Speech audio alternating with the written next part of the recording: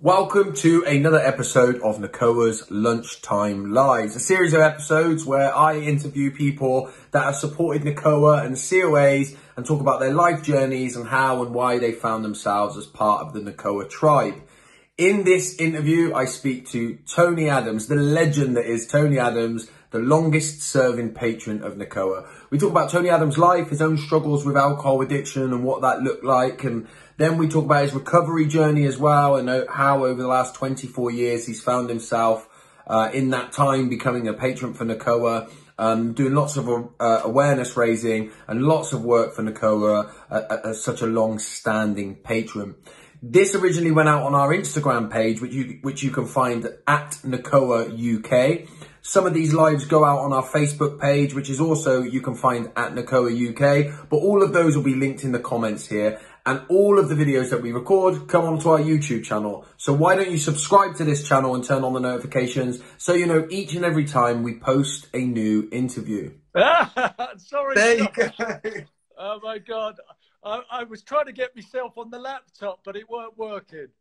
I can't. I wasn't panicking at all. Look, I can't see my T-shirt now. I'm on my phone, but there you go. I'm on. Yeah, no, it's all right. We can see it's Nicola, right? We can see it's the famous Nicola T-shirt. There you go. How you doing, Tony? Good to see you. Yeah, likewise. So listen, the way that I normally do this is I normally throw it over to the person that I'm interviewing and I say, why don't you tell us a little bit about yourself? But that kind of doesn't feel optimum thing to do with you because I feel like everyone probably knows who you are. So I've written down a little bit of an intro and then we'll go from there. Anybody that's joining this that doesn't know what this is part of the Nacoa Lunchtime Live series.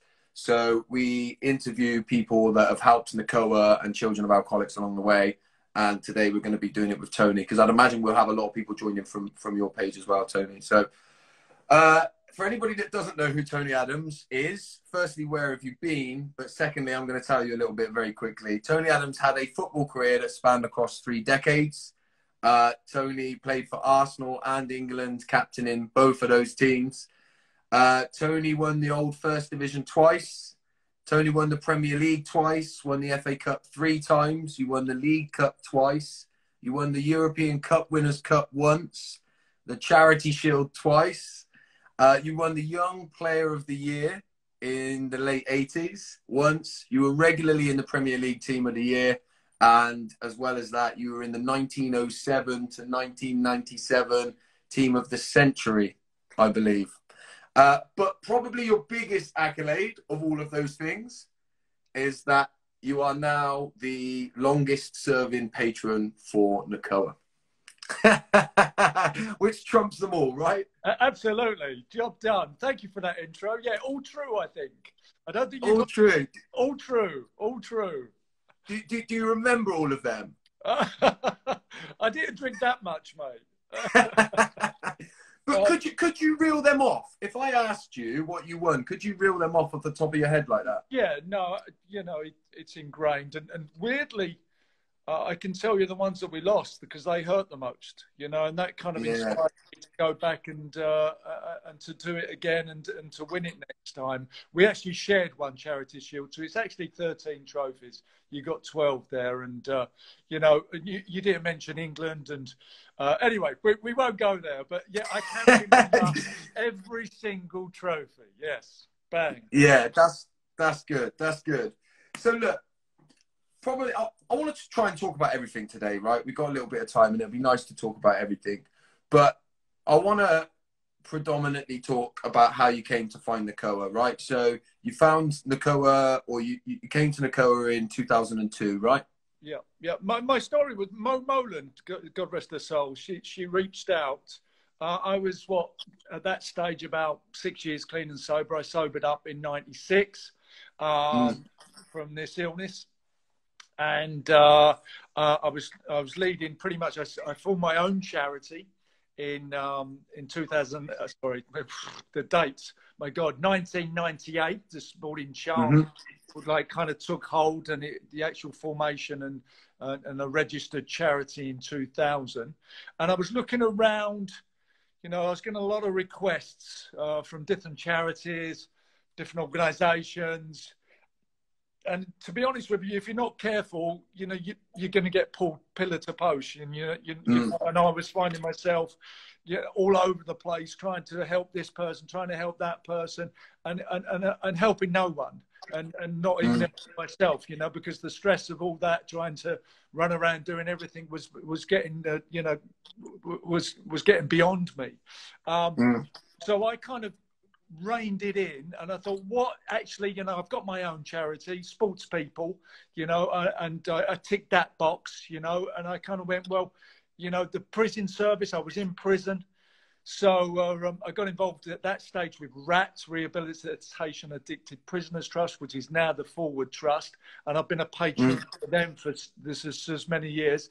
And with Mo writing to me, I went, actually, yeah, I got, you know, my grandfather was an alkie, and my mum and dad were, you know, addictive people, you know, to different substances. Some of them were behaviour, you know. And I thought, well, actually, this really sits for me because, you know, one part of me, I inflicted stuff on my children, and I can actually stop that now. You know, I can stop that. As my own, looking after my own illness, I've been able not to pass this disease on, you know, and educate my children now, and maybe, you know, put a line under it in their family. You know, when my grandfather was a raging alcoholic, you know, he threw my dad out the house when he was a kid, come at him with a knife and stuff. You know, he's like, come back from the pub, drunk out their heads, and that's the way it was. You know, I'm not taking everybody's inventory, so that's why I got involved in Nacoa. I thought, well, this kind of really fits with me. I don't want to, you know, there's 4 that I'm actually patron of. I'm school home support as well, of the Dagenham area where I kind of grew up. I came back from Azerbaijan, and I noticed that area, the truancy in that area was horrific. And I thought, oh, actually, that fits me as well. You know, down that district line, Dagenham, Barking, Upney, Becontree, you know, all the schools in that area, you know, the kids weren't going to school. And, you know, they put a practitioner into every school. But Nacoa's been with me from the very start, and I've seen how it's grown and how it's, you know, manifested into what it is today. And I'm very proud to be involved. And like you say, I was the first person that they kind of used me, which was fine, to spread the word. Yeah. So is that like a 2-pronged thing then for you for coming to Nacoa? In one of like your own personal experience of like your granddad and kind of having an understanding that there's cycles here and stuff like that. But was it also, I mean, what I kind of taken from what you said there, it feels like there was a bit of like almost like the amends process of maybe you couldn't change the things that you did, you know, when you were drinking, and that may have impacted your children in whatever way. But what you can do is make a stand now. Was there some of that in it, do you think? Absolutely. You know, I'm part of a 12-step program. If people don't know that, you know, 12 steps of Alcoholics Anonymous, and there's other 12-step programs out there. And, you know, when I got sober, I got onto the program, as it were. And part of that program is making amends, and the people on my list, I gave a hell of a lot of, you know, I was the one in prison, I was protected, but they were the ones with the press at the doorstep, you know, going, what's going on, and your son's this brought shame on the family. And I just felt that I had to kind of make amends to them, you know. And my story around that is actually, you know, my father, when I was drinking, you know, he came into my kitchen once, and he stood there and he said, son, you're a drunk. You know, you're an absolute drunk, son. And, you know, you're drinking with all, you know, he was in the building industry. He said, you're drinking with all these builders, and you're acting out. A lot of my stuff was in blackout, so I kind of argued with him that it never happened. Because I can't remember it myself. I know now that I actually did some of the stuff that I argued profusely about not doing.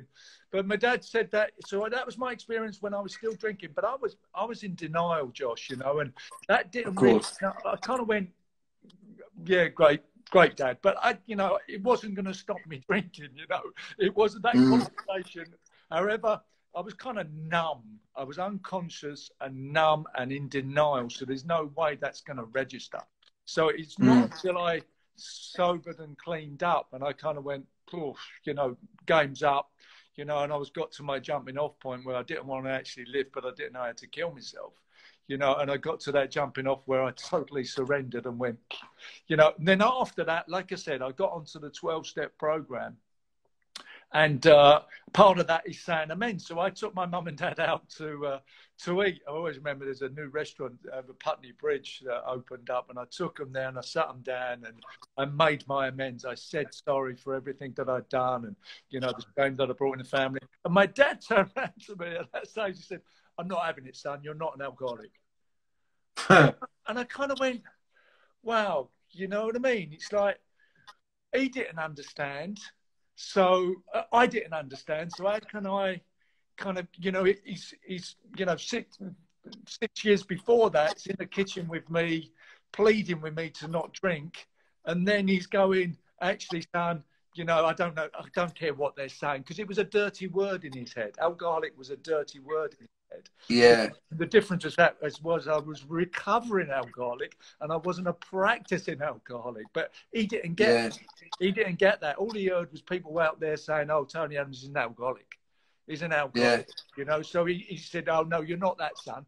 You're an Arsenal legend. You're an England player."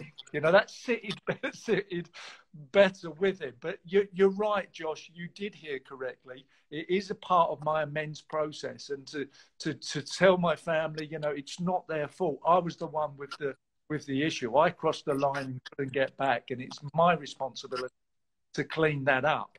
And by doing that, you know, you do both ends. For me, it's done both ends. You know, it's done my making amends to my parents and stuff, and with my kids making amends as well, but maybe stopping the next generation, and by the example of how I am now at a day at a time. Hopefully I've answered that question. No, you have totally. And because you've got 6 kids, right? 5 and a stepdaughter, yeah. So I can't. Right, okay. So you're it's not very often I speak to somebody else who's got the same amount of kids as me, right? So we could actually, if you fact, we could have a 6-a-side with our kids. We could be a manager each, and we could 6 against 6. My 3 girls are probably better than my 3 boys. So there you go. So are they really? Yeah. Yeah. Like, where do you think with your drinking? Was there a time when, like, you obviously had that moment with your dad where he said, like, called you a drunk, and like at that stage you were sort of really numb to it. Did you go through like a process where you started to question it? Where did the denial start to break, or was it like a one-off moment? Because I know, like, for me, I kind of battled against my drinking for a while, but I had quite a moment where it was like, oh my God, I've made it. I'm here. You know, I push the line back all the time. If I ever drink at work, I'll stop. If I ever drink in the morning, I'll stop. I did all of those lines. And then for me, it was just one day. It was like, oh, I'm here. I'm at the end. You called it the jumping off point. Did it just come to you like that? Or was it like a process? No, my journey, Josh, you know, 12 years of drinking, 11 and a half of those didn't want to stop. You know, complete denial, minimization, justification, yet all the things that you spoke about. You know, how can I be a drunk when I'm doing, you know, I'm winning trophies and stuff? This can't be there. It's the wife's fault. It's the family's fault. It's this fault. You know, everything else deflected out. Prison, intensive care, blackouts, and myself. It's not going to stop me. At no point did I go. You know, I thought about maybe, you know, I don't know, changing premises, or getting a new car, or getting a new boat, or getting a new marriage, or changing pubs, or changing drinks, but never stopping drinking. You know, I didn't see it. Like, it was my solution. It wasn't my problem. Yeah. You know, it's my go-to thing to suppress all those thoughts and feelings. So in the January of '96. Things started to change, and it was over. I call it my research period, where I kind of come up for a little bit of air. And I put my partner in, my first wife, into treatment because it's her fault. But when you kind of course, she's not there anymore, so you can't blame her then, because the finger starts to go into you. So then, in the February of that year, I lose my cartilage. I did my meniscus in training, so I can't do football because I'd abstained from alcohol by throwing myself into work, becoming a workaholic, a footballer. you know, and I didn't have to drink. So that had to be removed. So I couldn't get football. So the January, the wife's gone. February, the football's gone. In the March, my kids go. My mother-in-law comes round, smacks me round the face, called me a drunk, and I passed out one Sunday afternoon. The kids have gone.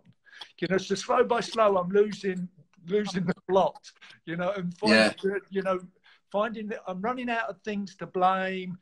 You know, so I tried a bit of willpower. I lasted 21 days with willpower. So I quickly turned that I'd crossed the line, Josh. You know, pretty much I'd crossed the line. I knew pretty much the April of '96, even before there's a big tournament in the country, Euro '96. But I realised in the April of that year, with the wife gone, with the kids gone, with the, you know, kind of football, I'm spending more times in pubs and clubs than I am on the training pitch. The physio's trying to find me, you know. You know, he's running around the country. You couldn't believe it now, you know what I mean? You know, where's the thing gone? You know, I'm not picking up my phone. They can't get hold of me. But I crossed the line. The 21 days, I was chalking it off the bedroom wall. And someone's got a problem if they're chalking it off the wall. So they're trying to keep sober. I know that now. I didn't know that. Try to white knuckle it, we call it in the trade. And then I just got absolutely, I went out on a bender, you know, 3-day bender, and I kind of went, how did that happen? I'd crossed the line, and I realised that kind of nothing.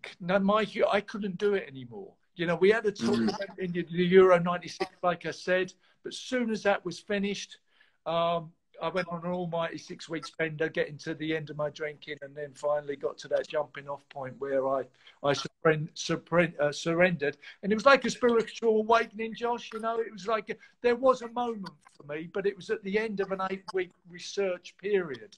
You know, some people, when they get into recovery and stuff, it takes time. It's more a spiritual awakening than a spiritual experience. I had experience, you know, a spiritual experience at the end of my drinking. You know, I can't. You know, it's something inside of me. I don't know what. You know, I said sorry, like, oh, sorry, I want a, you know, I want a new girlfriend, or I want a new car. It wasn't like that. It was somewhere inside of me just went. I'm done. It's like the ego sort of just completely obliterates, isn't it? Right. And everything that when you get all the like material stuff goes, and then all the people close to you go, and then you are literally left with your own thought of yourself. And when you just blow that out of the water as well, I do think I had a similar kind of spiritual experience as well. For me, mine was in 2012. When Aguero scored the goal to win Man City in the last second of the game, I was sat in a pub, and I remember the pub was going mad, and I looked round, and I just had this realization of, this is over. Like, this is over. So when that happened, when you like had that spiritual experience, what did you do? Because you obviously didn't you tried on willpower, and you're chalking off the days, right? Yeah. So what did you do from there, as a footballer in the spotlight as well? Well, it was pre-season, and I wasn't playing, and I wasn't training, to be honest with you. I'd gone a bit AWOL. Like I say, the first game was the day after of the new season. We had West Ham at home. I wasn't in, you know, I just had another operation on my knee. I was in no shape, and like I say, I weren't even turning up to work. And they were like, where's the captain kind of gone? So, you know, for the month previous, I've not been turning up to work. You know, they can't find me during pre-season training. So that of its time is unheard of. You know, it's kind of oh my God, you know. And the days maybe that I did come in, I was concealing it. I was going into the treatment room with the physio and just kind of sticking me, you know, putting me away from me drinking breath, and, you know, and putting my leg up and say, look, you know, I've got a bad knee, and getting some treatment for the physio. You know what I mean? So I was kind of seeing it in that respect. So what was your question, John? What did you do when you realised you had your kind of spiritual experience? Okay. You realised.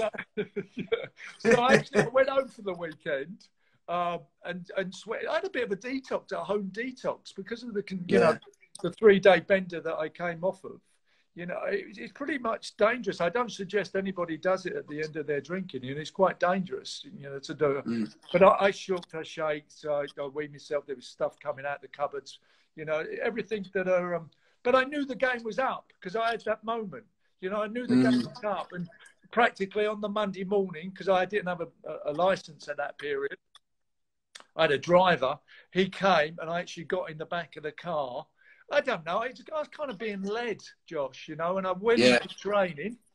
I think I went in to find out whether I still had a job, maybe, or what was that? You know, I just kind of stumbled into work, and I fell out my car, you know, in the back of the car, the driver, and I walked across, and I saw Paul M, and he was in the car park, and I'd avoided this guy. He's a work colleague. I'd avoided him for about 18 months because he was clean and sober without a bet, you know, and he was like, oh, you're not attracted to the light when you're in so much pain, you know. You don't like them type of people, so you kind of go, oh no, he's with the groovy gang, he's a bit funny, you know, he's not drinking, he's not part of us. You try and belittle it because you're in pain and you feel really scared and your life's rubbish. So any person's life that's kind of rocking, you walk on the other side of the street. But on this day when I was broken, I asked for help, and I kind of went, I think I've got a drinking problem. And he went, join the club, and he took me to the first meeting, and the rest is history. I grabbed it. So, you know, everybody's journey is different, and his journey is very different from mine. But when I went through that, the first meeting that I ever went into, I got it. I just got it. You know, I got it. I understood the 12 step. Internally, you know, I went through it. I went through a process after that. But I actually, from the, you know, when I was outside that meeting, shitting myself, kind of going, am I going to go in or I'm not going to go in? And I go in, and it just all kind of, it just like it completed me. I came home, you know what I mean? And, you know, I got this thing about people anyway. And, it's okay, you know what I mean? And you know, I went through there, and sometimes, you know, the people, you kind of, you know, I was willing, and I just broken enough. The word is, you know, I was just broken enough that you give me anything. If them people would have told me to go and run around the block 200 times, I would have done it, you know what I mean? I knew it, and it worked for me. It actually was the solution for my addiction, and more than that, it was my solution for life. You know, it's given me a template, and I never had a template. You know, when I went to school, I didn't know about emotions. You know, I didn't know about that kind of stuff, and you know, mental my thoughts and feelings. I'd suppressed it for so many years, and so it's been a growing process, and you know, it's been an unbelievable journey. I hate them kind of terms, but it has been. No, and I think that kind of reconnecting with your emotions, because I think, like, particularly in the industry that you were operating in, that you were working in for most of your life, right? And like you've said, when you were a teenager, I mean, I grew up in an environment where, you know, it wasn't about, even my stepdad, who's an amazing man, we didn't talk about emotions, right? And he's probably somebody who doesn't need to in the way that I do, right? Or perhaps, you know, that's how it comes across. And I think so. I just never experienced doing it. I never sat in front of in a room with other people and said things like, I'm a bit frightened, or this doesn't really make sense to me, or I don't know who I am. I don't know, you know. And I think there's a lot to be said, and I want to come on and talk a little bit about the stuff that you're doing in the mental health space as well, because I do think, like you've said, the drinking is quite often an attempt at a solution, right? It's an attempt at a solution that ultimately causes you more problems. And I think when people talk about that, like, whole rock bottom thing, although it looks different for everybody, I do think rock bottom is the same at its core, in that it's when you're completely broken and defeated, coupled with having the desire to do whatever the hell someone says you should do. And that like, when I reached that stage, if they'd have said, look, to get in here, to get wow, you got to run around the car park naked 10 times, I'd have been out there. I'd have done it 15 for good measure, right? Because I think that's kind of where I was. Was Sporting Chance then born out of the fact that if you like went from, I'm just thinking of my own experience. I was like Josh in the Wheatie, yeah, who just drank every day, was the wreckhead, right? But then all of a sudden when I was sober, all people came out of the woodwork. And it was like, you know, I started getting this like Me Too. And then people were ringing me. And so I can imagine you being in the space that you were. I can imagine the phone after a few months of sobriety started blowing up. And is that why Sporting Chance was born? It wasn't exactly blowing up, but yes, they were contacted. Colleagues and ex-colleagues were saying, I've got a real problem. It's, you know, the landscape's changed. You know, people are coming forward now, Josh. Hallelujah. You know, thank God. Yeah. They are starting to open up and share, and just their phone line at Sporting Chance is doubled, you know, year on year. The last few years, but at the beginning, yeah, you are right. My charity was born out of people contacting me, and I'm not a psychotherapist. Cool. Listen to my brain, you know. My best thinking got me drinking, as they say, you know. So yeah. I've only got my set of experiences, and I saw someone at the very start, and he saved my life. You know, I went to see him and I started to share my stuff because and like you, Josh, I never had a family. You know, we weren't like that. We didn't share our stuff around the dining room table. You know, I had a panic attack after panic attack at school. You know, I always remember the book going around the class, and I share this all the time. And sitting there, like, kind of shaking, and my heart going, boom, boom, boom, boom, boom, boom, you know, like, oh, but I didn't talk about that stuff. You know, I pressed it all. And when I went home, my mum and dad didn't say, so how was school today? And I kind of went, yeah, I had a panic attack at school. And everyone laughed at me because I did it wrong. You know, I said wheelie instead of really because I'm in such a mess. I did it wrong. And everyone laughed at me, mum and dad. It wasn't part of our vocabulary. That just got suppressed. And time after time after time, shame, rejection, anything, you know, fear, all got suppressed. Firstly, the way that I reacted, I didn't even need booze. You know, football run on the pitch, it's a great suppressor. You know what I mean? Just all that anger and stuff, you can get it out on the football pitch. And then alcohol did the same thing for me. It just kind of kept it all down. You know, so thank God, you know, we are starting to open up about this stuff. And Sporting Chance definitely was made and formed out of my own personal experiences, because I didn't know, there's no one in football at that particular time that was clean and sober, you know, and leading a program of recovery. There was nothing about there. No one was talking mental health, you know. So I was a bit of a trailblazer, to be honest with you, and because of that, I thought it was my responsibility to maybe set it up. You know, I went to the Gordon Taylor, and hallelujah, he went, yeah, actually, what we're doing at the moment is putting people through the Priory at 36 grand a pop, and it's don't seem to be working because they don't really look after the physical side of this illness. You know, we're all athletes and we all need that level of maybe recovery as well, you know. So it's a holistic program I put in place, but it was born out of my own experiences. So yeah, hallelujah, and today it's more than successful than ever.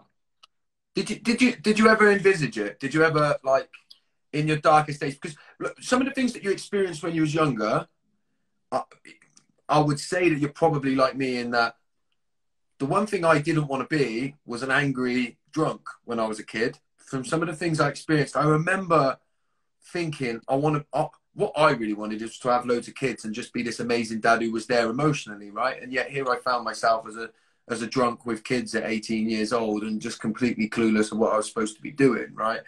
And so I feel like, you know, from my personal experience, some of the stuff that I get to do today, I can't tell you the gratitude that it fills me with, right? But I always believed there was something burning in me, even in my darkest days, that kind of made me think, one day I want to be something. It might be different for you because you're going out captain for Arsenal, right?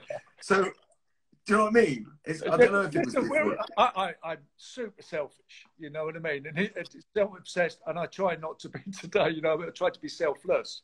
You know, my program is about a self-orientated program, and if you talk to my wife, she thinks I'm the seventh child in the family, you know, and the fifth child. But, you know, and it was born out of that realization that I wasn't a psychotherapist. I'm not a counsellor. That's not my gift. My gift was to play football, you know, and I knew very much that I had to go back into the football industry. And I played 6 years clean and sober, and had many, many spiritual moments within that explosion of physical, emotional, and mental connection on the football pitch. I'll never get that back, and I'm still grieving it, grieving it worse than the blues. But it is an explosion, and I was very grateful that I needed to do that for the 6 years, whereby my charity and giving back and I do think there's a responsibility to me. I've never felt the pressure. Now, I remember Paul Merson saying to me back in the day, he said, "Don't you feel this as a pressure?" I said, "No, it feels quite natural for me to share in this stuff. You know, I don't feel no pressure. I've a day at a time. I know it's a day at a time, but I've got no problem with booze. Is not in my life today, you know. And from the drunk that I was, that's an absolute miracle to be saying that. I don't say that with arrogance, but it's not. No. I can see it for what it's worth, you know. There's other stuff. You know, depression is part of my journey as well, and I have to be careful with that. But so the charity has always felt natural, and it's always felt that. I hate to get higher power, call it what you want, nature, something out there that's bigger than me, that's not me, is kind of leading me to do it. I've always felt like I've been used. I'm the person that it needs to be, and I've kind of let go of that. You know, I very much, you know, I had a conversation with my previous CEO, 2005, and, you know, the charity was falling forwards.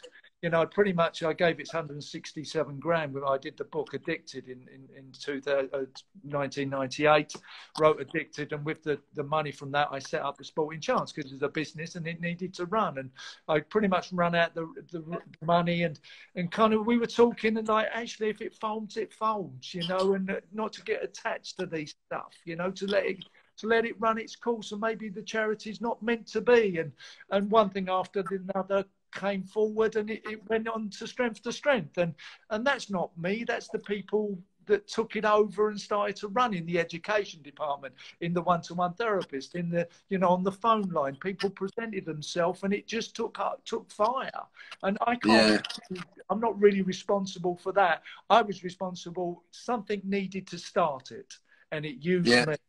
You know. Yeah.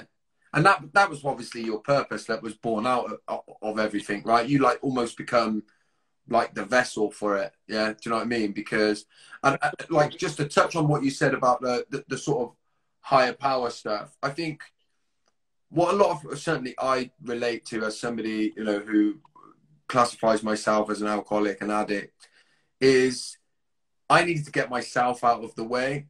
I spent my life trying to like just control everything. And the moment I kind of accepted that life goes like that, and there's ups and there's downs, and there's things that hurt and there's things that give me joy and stuff like that, when I let go of them, that's when you start to move towards your purpose, right? And do you feel like, because I follow your Instagram, right? So I see the relationship that you have with your family, right? With your children, right? And I think, for me, as somebody who's a father of 6 kids, and I often think about the world in which my eldest daughter was 6 when I stopped drinking. Do you feel like you have a different way of life with your kids now, as somebody who doesn't drink? Do you think they're positively? I mean, I know it's an obvious question, but it's a leading question. I mean, because do you think they benefit as a result of you not being a drinker anymore? Without doubt, you know, that I can see, and the things you're talking about the letting go process, it can be quite misunderstood. You know, the paradox. It's a paradox, and people can't get to grasp. How do you know? People have said to me, "Hold on in there, but let go." You're like, "Have I got to hold on here? What am I going to do here?" So, you know, it's all about mentors. You know, and someone gone before you, you know, and that's when ego deflation comes in. You know, someone you kind of go, you make it a group of people. You know, we've got a phrase in the rooms: stick with the winners and win with the stickers. You know, and I've got a group of people around me, and I've got my mentor that I check things out with. You know, I think that's so important, Josh, you know, that I'm not the number one. I'm not the ego here kind of going, I'll do it my way, you know. Let go. What is let go? I need to be taught. what the Yeah. thing is. So getting back to your relationships, yeah, I've got fantastic relationships with all my 6 children now. My oldest 2 saw me acting out and drinking, and my stepdaughter, my eldest, her mother is a recovering addict as well now, but only 4 years into the program and got it, thank the Lord. But she's obviously had a mum that's used a drug of choice was crack, and mine was alcohol. And saw all the devastation, the volatility, is that the word, and the chaos. And it's kind of, when she was about 13, 14, I kind of spoke to her about it, and she went, you're nothing, you're nothing. I'm never going to do that. So she's kind of maybe seen it and had a good reaction off of the back of it and gone, actually, Yeah. you know, I'm never. But I don't think without us getting well and without us getting clean, and she would ever have, I'd never have had that conversation with her. I would never have actually gone to her, look, this is the life that I'm leading now. So from, you know, very much when she was 9, when I cleaned up, you know, she's only seen me give positive kind of experiences in her life, you know, and I've always been there for her, which sometimes means not being, paradox again, not being, you know, let them grow, and let them going through the pain. You know, my boy, 28, you know, I had a conversation with him a few years ago, and he was getting on it and had good weekends. He was having a good drink, and I'm going, oh, no, here we go. I've got one. So I sat down with him. We had a conversation, and he said, Dad, I've never missed a day's work. He said, I don't have blackouts, and I've not been to prison. You was in prison when you was my age. He listed these things that I'd done. He's not had the same experience, the consequences. And he said, now and again, I have a couple too many that I shouldn't do. But he said, don't go on benders. You know what I mean? Yeah. And I went, okay. But if you do ever get problems, there's the number. And I walked away. All my other kids have only experienced me clean and sober. So, you know what, we talk, you know, they're all great human beings. And I'm so blessed that, you know, during lockdown and stuff, I had them all own, including my 25-year-old. She came home from Australia, and we were so intimate, you know, incredible, you know, and that, it's a real, what's it called, a gift of lockdown for me. I know it can work a lot way, and a lot of people's had really tough experiences out there, but my experience with my children has been absolutely amazing, and that's born out of me not drinking and using and doing my own program. Josh, we've got to look after ourselves, but you know, you can't give out what you ain't got. So if I don't look after my own emotional and well-being, there's no way that, you know, I'm going to project all this stuff onto my kids, and I don't do that today. Yeah, and it's the adage of when you're on a plane, they tell you to put your own oxygen mask on first, right? And I think, you know, when you talk about some of the work that you have to do as somebody who is in recovery, somebody who doesn't drink anymore, as selfish as it may seem, it's actually some of the most selfless work that we do, right? Because for me, the real break in the cycle stuff is, because I know you and I know your journey, you know, and as I say, I sort of follow some of your social media. When I see this stuff with your children now, it hits my heart, because I know that the game could have been so different, right? And that's when cycles, for me, that's when cycles are created, right? Those like small conversations as a sober man, as somebody who is able to be present for my children, is what I hope will break the cycle with my children.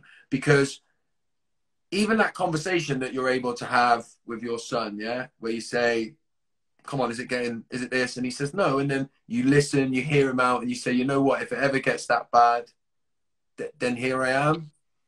A lot of people don't have that with their parents, right? My kids wouldn't have had it. The likelihood is, if you were drinking, your kids wouldn't have had it, right? So I just, and I guess that's why I'm so passionate about Nacoa, because, you know, this whole thing is a family illness, right? Did you, I suppose that's a good question. When you were drinking, did you ever, and I know the answer, but again, I'm asking you, did you ever reflect on what this might be doing to your children? And if you did you tell yourself, I'm only harming myself, if anyone? Yeah. You've got to stop there. The first thing, did you ever reflect? You should have just stepped there. Yeah, you should have just stepped there, mate. You know, people were just unconscious. You know what I mean? I was just unconscious. I never sat, and self-reflection's a thing that I do today on a daily basis. And you get to know your conscious. You get to know what feels right for you. I use all the time, what would love do here, you know? And talk about this stuff years ago, everyone would have gone, oh, you're this, you're that, you know what I mean? You're a big softie, man. But yes, I am. You know what I mean? And what would love do here? And you know, I never had that, you know, I never reflected. I never reflected on what I was doing to my children. You know, it was a purely selfish existence.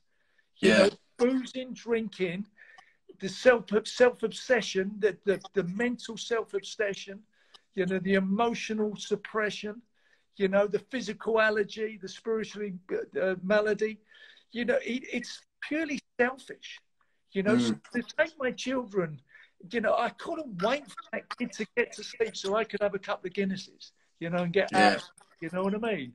And then I had a couple of Guinnesses, and all of a sudden I'm down the pub, and then I'm back in 3 days' time. That's selfish, you know? And so the reflection comes now. So the reflection, the daily reflection, and about what I'm doing now comes now. And if we can just kind of pause, I try to tell everybody this, if you can just go and have a moment to yourself, just to sit and be still. And you know, before the car stops, it slows down. You know, and life, you know, we got carried on, and that's what happened during lockdown for me. You know, life kind of slowed down, and we was able to take stock, as we used to say, and reflect on, you know, your relationships, your work, you know, your health, you know, these kind of big things in life, your financial situation, you know, these big things. But pretty much people don't take time and take stock. They just get caught up with the world, and away you go. And it's paradoxic for me. Again, it's a paradoxical, you know, paradox after paradox. Is the minute I slow down and try to do nothing, the busier I get. So the more time I have off, the more time I'm actually working. It's like it kind of goes, paradox. I mean, have you been doing more work lately, kind of in the mental health space? When I say work, I mean sort of like more awareness raising. Has that come more recently? I feel like you seem to be about in it a bit more. Like, obviously, you watched the FA Cup final with Prince William, right? Yeah. How cool did you play that when you was there? Was it all suave, easy? To be honest with you, I think he would have preferred to have families there as well. You know, we were obviously social distancing, and we couldn't have more than, there's 28 guests, which was nice, but I'm sure he would have liked it. I would have liked my boys there all kind of going, come to Arsenal. You know, and get involved a bit, you know, and it would have been a nicer. Listen, I was very grateful that, you know, to recognise what the Sporting Chance has done for them, because we're not a campaign specialist. You know, the other three charities are Calm, Mine. I forgot the Heads Together, the Royal, you know, from the Royal Family. They're all kind of campaign. We're actually a service provider, like Nacoa. There's a phone light there. There's a, you know, and we've kind of developed, maybe that's why you've seen me, a little bit towards the campaign, that the Heads Up campaign that they run. All of a sudden, we found ourselves being a little bit of, actually, we've got a campaign as well. So I got on my socials, and the only reason I did it was because of that campaign, and to actually make a bit of awareness around it. So that's why maybe you've seen me a little bit more on this respect, because we are a service, Sporting Chance are a service provider. You know, I certainly have since 2018, when I came home from China, which I kind of, you know, walked away from a really high-paid job, but it was emotionally, mentally, not for me. You know, I was shattered, and I needed a rest. I was coming up 54, and kind of, oh Jesus, you know what I mean? And I kind of took stock, and I ended up doing 75 public engagements for the Sporting Chance, and running out and doing in for Nacoa and Forward Trust. All of a sudden, I go, all for nothing. And if you do something for nothing, you're worth nothing. So there's a self-esteem. Yeah. I've kind of gone, oh, actually, mainly I need to take stock, and because we can only work in the sports arena, you know. I'm kind of through the charity commission, they've restricted my ability to get to other professions. So that, you know, that's been playing on my mind, and I may go into other professions. It's something that I thought about, to get to more people, to help more people. But watch this space, I think, Josh, to be honest with you, because such is my experience of 20 years ago, and I'm giving you stuff here, mate, but there's no one else to call, is there? No one listening, is there, Josh? No, mate, no, you're fine. Don't worry about that. 20 years ago, like you said earlier, you know, they were people from the sporting industry. My colleagues and ex-colleagues, footballers, were asking me how I went about doing this stuff, mental health and emotions and addiction. And now I pretty much get, during lockdown, I tell you, I'm getting kind of a couple of weeks, you know, just getting in touch with me, but that are not sports people, you know, and I can't use the Sporting Chances services, and I direct them, you know, into the appropriate places. There's some good organisations out there, you know, phone line, the Shout, you know, if they're a child of alcoholics, you know, I get them onto Nacoa, you know, direct them onto you guys, you know, give them a shout. There's some other organisations, Samaritans, you know, if you need a Calm, talk people down from suicide. They're fantastic. There's great organisations, but there's not. I can't actually physically. I can't do it anymore. You know, I'm spending all my time directing them to other organisations. But anyway, I'll rather think about that. It might be something that's calling me again to go down, because I certainly, in the football world, it don't seem in the last 2 years I've done a couple of consultancies for owners that were buying clubs and stuff, but it's certainly not. It's taken hold from my, you know, you know, football operations, or a director of football, or even a coach. So it seems like it's pushing me down the mental health the direction at the moment, Josh. Yeah. Callum Best has just dropped in and said hello and sent his love in the comments. The comments that are coming up very quickly.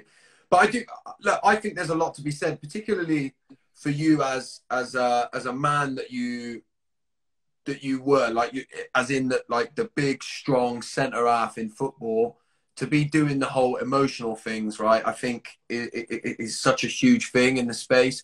I think, you know, particularly for young men that are growing up in the field, to see you talk in the way that you do, I think is something pretty special. What would you? We're kind of wrapping it up a little bit here now. I was going to see if we could do some questions, but I think the comments are just going as crazy as they can, so I probably won't be able to keep up with them. So let me try and. Sorry, I apologise on my behalf. Sorry that I've not been able to answer all the questions. Yeah, look, listen, maybe we'll do, maybe I'll get you back again, twist your arm again for some more free work to do some more stuff. But what would you, let's do a couple of questions before we wrap it up, because I know it cuts off after an hour anyway. But if somebody was struggling with addiction, right? Let's start with addiction. If somebody felt like they were struggling with the way that they drank, or any other kind of addiction, what would you say to them? And gambling, definitely in the new drug of choice at the moment for a lot of people is gambling addiction. GA is younger than AA and NA, but there is some good GA meetings, and I suggest to all newcomers, you know, if you can try and do 90 and 90-day meetings, one a day at the start of your journey, then that's my suggestion. You know, there's Alcoholics Anonymous. So if you're struggling with alcohol, then call AA helpline. You know, that's the way I still go. 3 meetings a week, and it's really sorted my addiction out. So first and foremost, if you've got a problem, if you think you're drinking too much or you're gambling too much and it's costing you more than the money you're spending, then pick up the phone and try AA, NA, CA. GA, some organisations are better than others, but give it a go. Give it a go. That's my suggestion. Incredible. And And what would you say? What would you say about Nacoa? Because I know you kind of, since you came back from China, I feel like you've sort of given yourself a boost back into doing some things for Nacoa as well. What would you say that you love about Nacoa? Right? What makes you still find the passion to do what you do for us? Well, it's the next generation, isn't it, Josh? And it's so Yeah. important to start. I talked about it many times on this call. You know, we have to stop the cycle. You know, we come on here. Well, I'm not as cool as you, mate, but you know what I mean? Hopefully we've got some young people on this call that are going to go, wow, you know, look at Josh and TA, you know, they're talking about mental health, they're talking about fear, they're talking about school stuff, you know, and I feel the same, me too. I'll pick up the phone to Nacoa, you know, my dad's doing this, my mum's doing this, you know, I'm not comfortable with the way that they're doing, you know, help me, I need some help here. And private and confidentially in the appropriate place. You know, it's all about that. You know, you've got to be confident that when you're picking up the phone, you know, it's not going to your boss, it's not going to your mate. You know, no one's going to laugh at you. You know, the Nacoa kind of people on the phone lines, they've experienced this every day of the week. You know, we call them. So that's the thing that I love about it. You know, it's the next generation, and if we can, yeah, you said before, it's a family illness, and if they can pick up the phone or email, text, or whatever they do, and say, look, I need some support here, you know, and just the matter of getting it off your chest. The amount of times I've heard someone go, oh, thank God, you know, in a private and confidential place. You know, that's so important. You know, you've got to do it with a trained person. You know what I mean? And not all of us have got great family units. You know, like mine today, you know, I can share stuff with my wife. I can share stuff with my kids, you know, it's an open, and I created actually the last 6 years of my career at Arsenal Football Club. We created a healthy communication environment within the club. You know, we could talk to anybody about anything, which was incredible. One step at a time. You need to go to a safe place to share your stuff. Yeah, and I think that's why helplines I think are so important, because I think a lot of people actually miss the point of a helpline. They can feel like it's just sort of this token gesture, but I do think having somebody that's trained in listening, right, and holding that space for you to give you that anonymity, right? If you don't have somebody that you feel like you can trust, you can practice with helplines, you can pick them up. I know with the Nacoa helpline, we have people that call her and stay silent, right? And we just still hold space for them, and they'll drop the phone and then they build up confidence. So you're kind of under no obligation. Do you know what I mean? And you can do it at your own pace and at your own kind of leisure. And I think that's really important for anybody that might be struggling. So I'm gonna wrap this up. I'm gonna wrap it up, Tony. The hour flew by. The hour flew by, as I kind of knew that it would. I know that you know that you speak very well. Josh, it's good therapy, Josh. It's good therapy. I don't have to go to a meeting today. I'm done. Yeah, that's it. You've done the work. But seriously, genuinely, I really appreciate you taking the time to do it. I know how busy a person you are, right? So to do this out of the goodness of your heart for Nacoa, I think it's an incredible thing. It's an incredible way to use kind of the platform and everything that you've got. So I really appreciate you. I want to say thank you for that. And this will go onto the Nacoa YouTube channel as well, so everyone can watch it back, and it will be on the Nacoa's Instagram TV. So I'll leave it with you to see if you want to add anything else before I end the session. No, God bless you. God bless you, Josh. Thanks for asking me, mate, you know, and I really enjoyed it. And like I said, this was what I do now, you know, and it saved my life. Opening my mouth saved my life, and I'm not going to shut it again. So we better go. we better cut me off. God bless you. Perfect way to end. Thanks for tuning in. Thanks, Tony. Thanks, everyone. Bye now. God bless.